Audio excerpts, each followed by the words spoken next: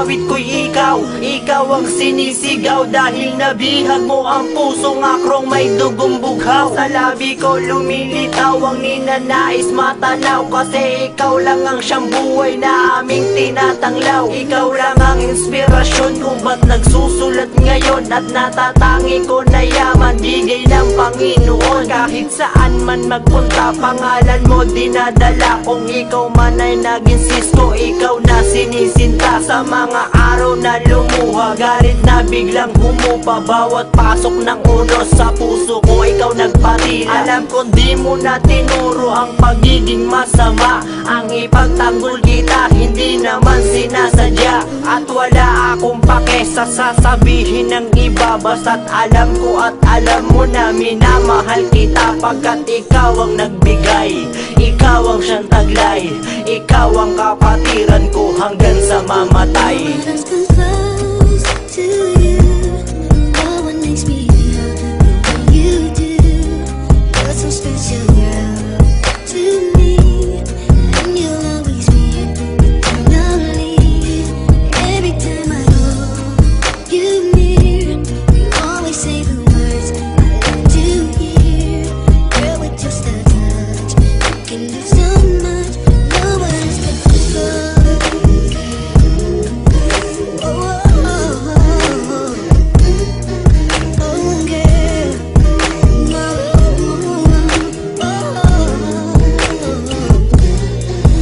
At sa buhay kong ito, isa ka sa pinakamahalaga.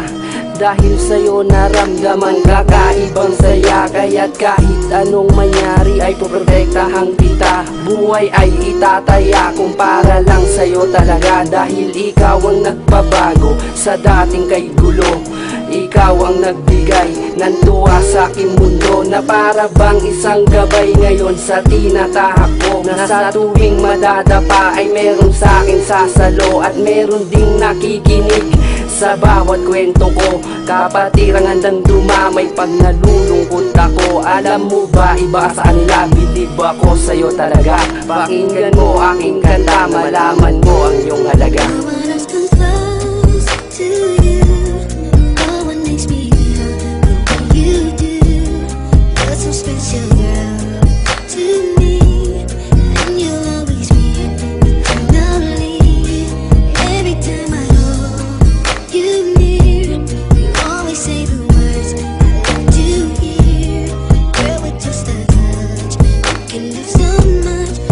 Nakakamiss naman kasi ang mga halakhakan, ang sigawan at kamayan sa pinupuntahan.